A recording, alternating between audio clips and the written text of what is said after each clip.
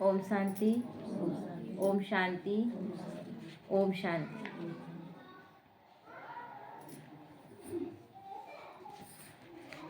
आज बाबा क्रोध से निकलने का बहुत सारा उपाय बताया है ना, क्योंकि क्रोध भी एक विकार है।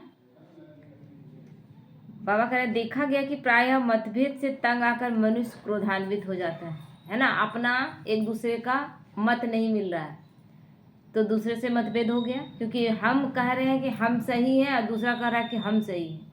दोनों में दोनों सही नहीं हो सकता है कभी भी। लेकिन ऐसा जिद है कि दोनों अपने जगह पर अड़े रहते हैं, क्योंकि हम लोग इतना कमज़ोर हो चुके हैं ना, इतना कमज़ोर कि हम अपना स्वीकार ही नहीं कर पाते। जबकि ज्ञान हमें क्या करता है, ज्ञान रूपी फल लग जाने के बाद वृक्ष झुक जाता है ना। विनम्रता मेरे अंदर आ जाता है, झुक कर हम अपने आप को नम्रता से हाँ आप ही सही हैं, क्योंकि अगला जब नहीं समझ पा रहा है तो उस समय क्या करना है, साइड हट जाना है। बाबा क्या बोलता है, ठीक है अच्छे से राय दो, नहीं स्वीकार किया जाता है तो स्वीकार कर लो, क्योंकि इससे क्या होगा, एनर्जी बचेगा ना। और नहीं तो दोनों अगर लड़ेंगे तो ये ब्राह्मण आत्माओं की पहचान है क्या। तो जब बाबा कहता है जब दूसरे मनुष्य किसी के विचारों से सहमत नहीं होते तो उसे क्रोध का बुखार चढ़ने लगता है।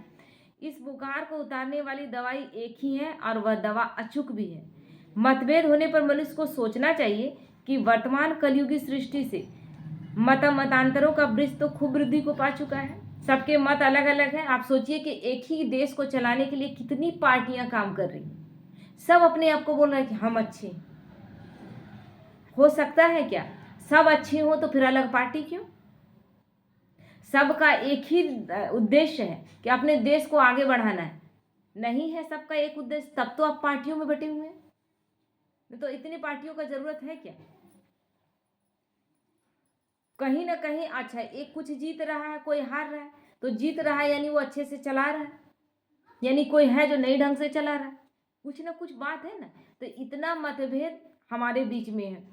तो भिन्नता अथवा विविधता तो इस सृष्टि का नियम है, क्योंकि ये जरूरी है। सबका एक जैसा मन बुद्धि विचार अभी कलयुग में नहीं रहेगा।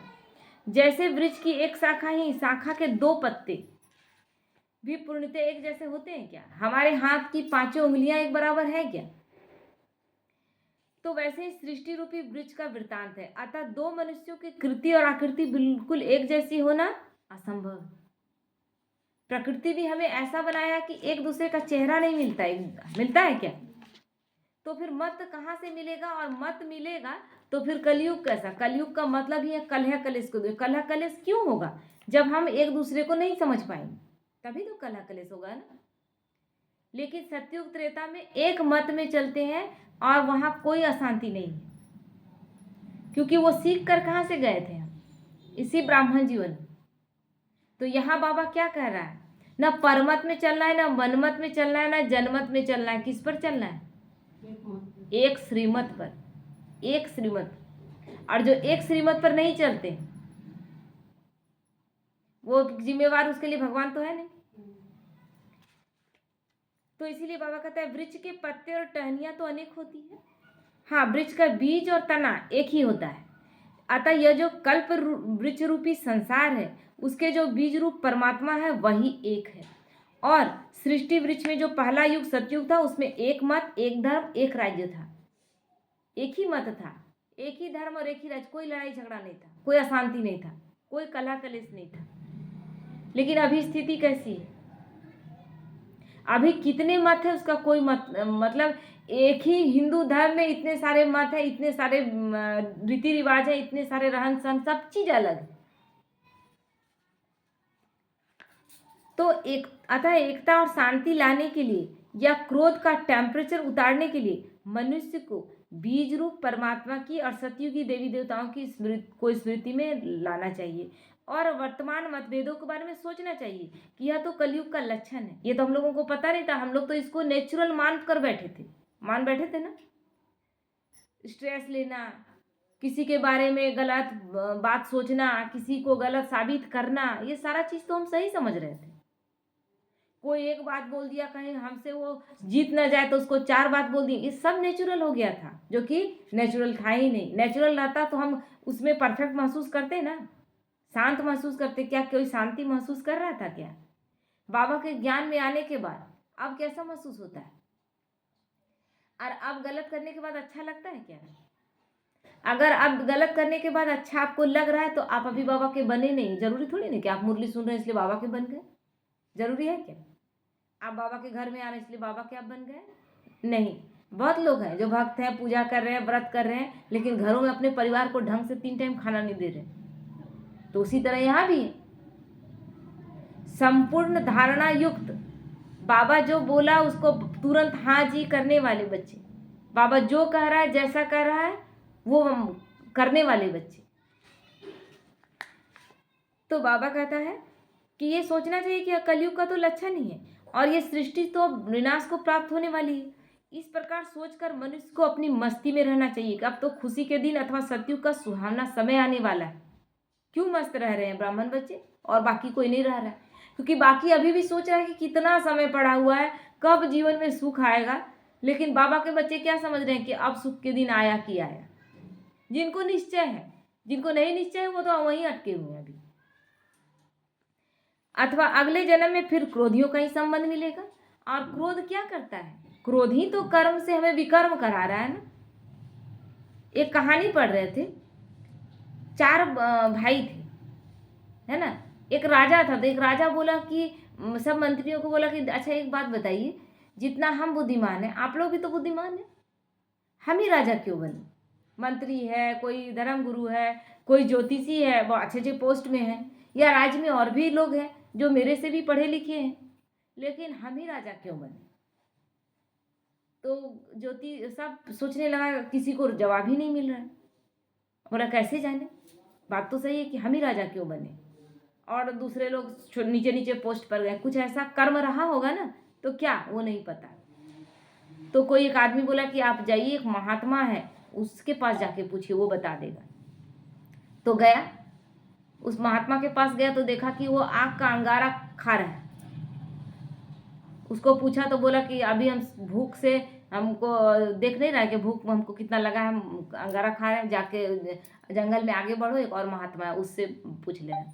आगे बढ़ा तो एक और महात्मा, वो महात्मा अपने ही शरीर का मांस नोच कर खा रहा था। उसको भी बोला तो बोला कि हम अभी भूख से मरे जा रहे हैं, हमको खाने दो। कहाँ बोला कि एक बच्चा तुरंत पैदा होने वाला, पैदा होते ही वो मर जाएगा आप, लेकिन पैदा होते ही तुम वहाँ जाओ, वो अपना बता करके और वो मर जाएगा।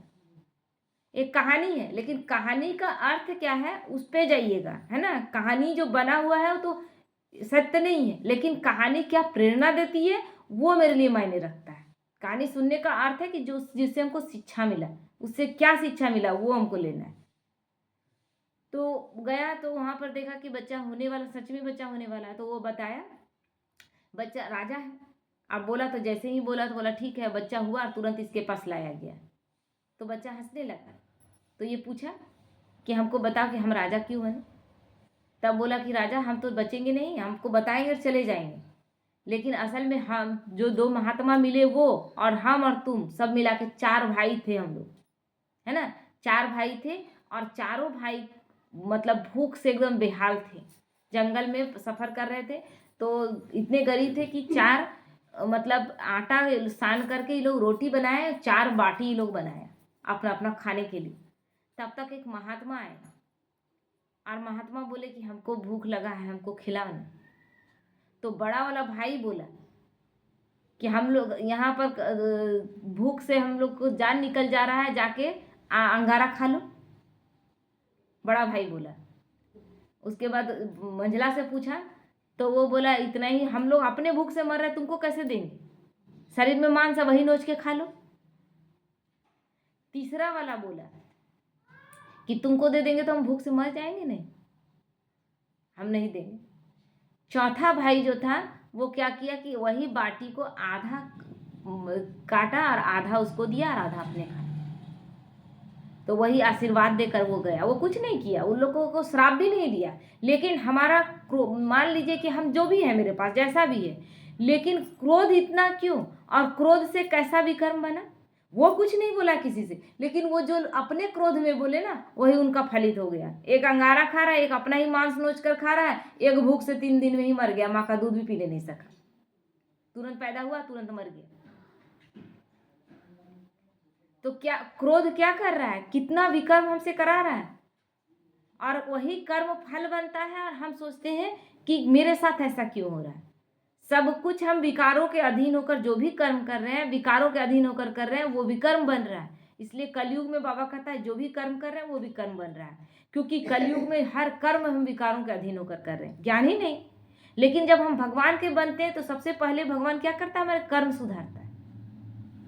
बाबा और कुछ कर रहा है क्या? हम बड़े बाबा बोलते हैं बहुत शास्त्र पढ़ चुके, तुम बहुत ज्ञान ले लिया, सब कुछ हिंदी इंग्लिश जितने भी भाषाएं सब सीख लिए, लेकिन कैसे जीवन जीना है ये भूल गए थे। कैसे किसके साथ बिहेव करना है, किसके साथ कैसे संबंध निभाना है, सब भूल गए थे। भूल नहीं गए, अपने ही घर परिवार में हम किसी अपने ही पति पत्नी और बच्चे के बारे में, एक दूसरे के बारे में कुछ भी नहीं सोच रहे।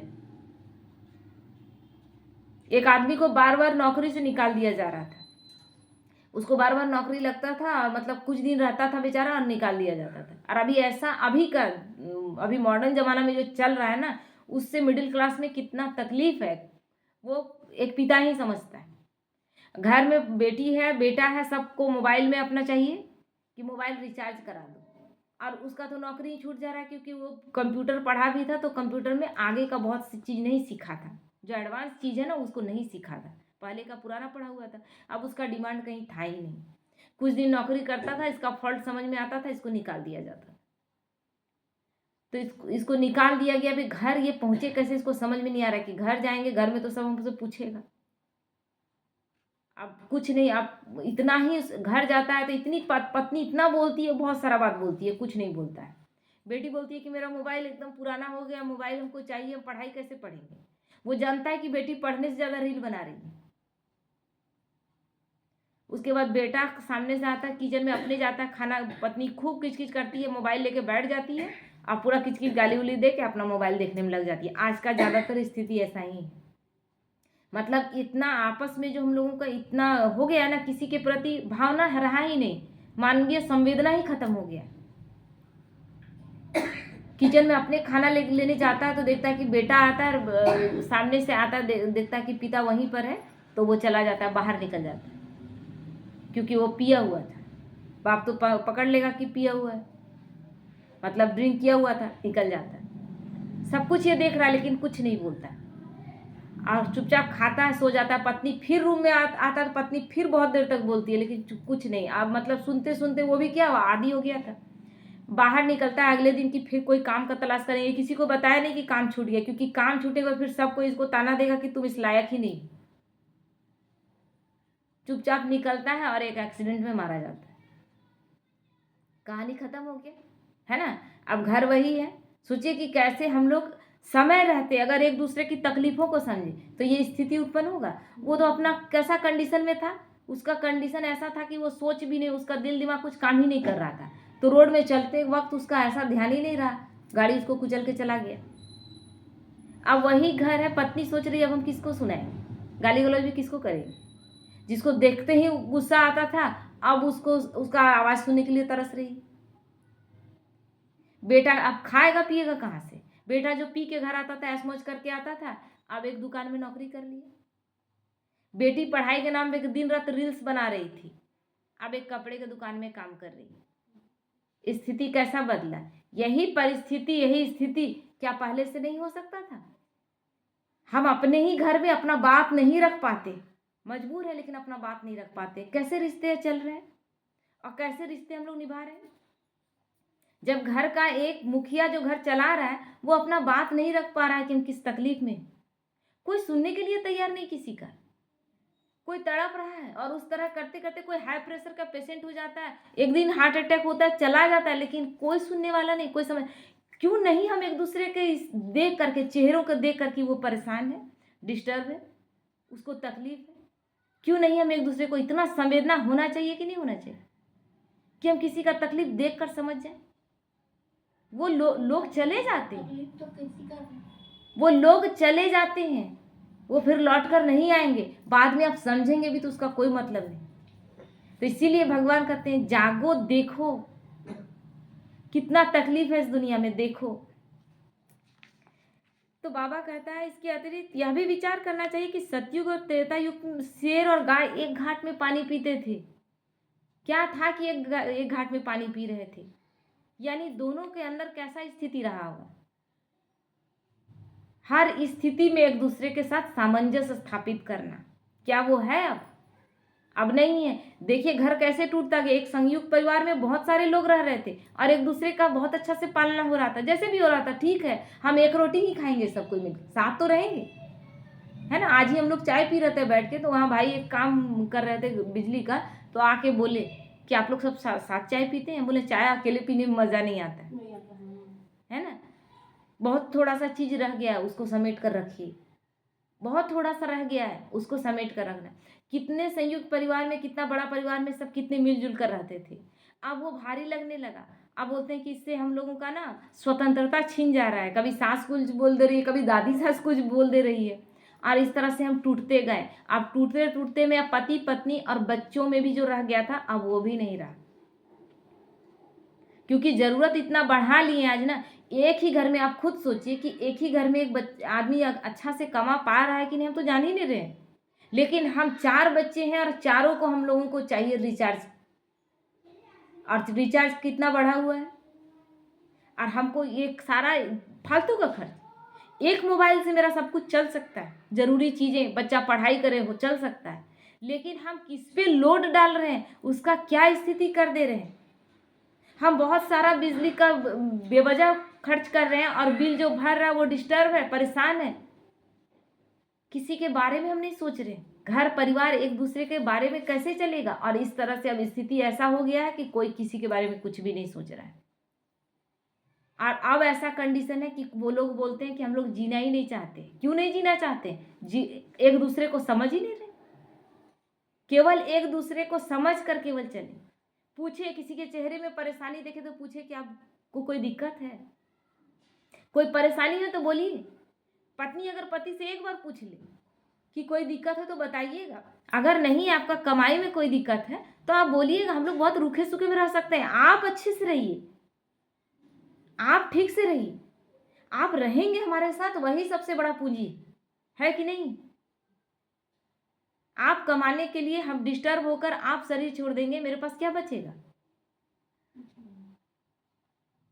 इसलिए बाबा कहता है रिश्तों को संभालिए, क्योंकि यहीं से हम वो संस्कार लेकर जा रहे हैं जहां हम ऐसे रहेंगे कि हमें याद किया जाएगा, और आज तक जिसका गायन और पूजन होता है। तो केवल हम यहाँ यही है, भारत ही है जहाँ स्त्री और पुरुष जब बैठते हैं एक साथ ना, पूजा में बैठते हैं जोड़ा बांध करके, कोई भी पूजा में, तो लक्ष्मी नारायण का जोड़ा उसको कहा जाता है। लेकिन केवल कहने मात्र नहीं, लक्ष्मी नारायण बन के हमें दिखाना है। ऐसा जोड़ा बन के दिखाना है कि देखते ही कोई कि हाँ कहे कि हाँ सचमुच में लक्ष्मी नारायण का जोड़ा है। जब मेरा बच्चा पैदा हो तो हम कहें कि मेरा कृष्ण कन्हैया मेरे घर में पैदा हुआ है, झूठ मूठ का नहीं। वो तो हम आज सबको ही गा रहे हैं कि मेरा कान्हा है, लेकिन है क्या? हम लक्ष्मी नारायण होंगे तो मेरे घर में कृष्ण कन्हैया पैदा होगा। तो हम विकारों को त्याग कर और सच में लक्ष्मी नारायण बनने की कोशिश करें, और यही कोशिश भगवान हमसे करवा रहा है। ओम शांति।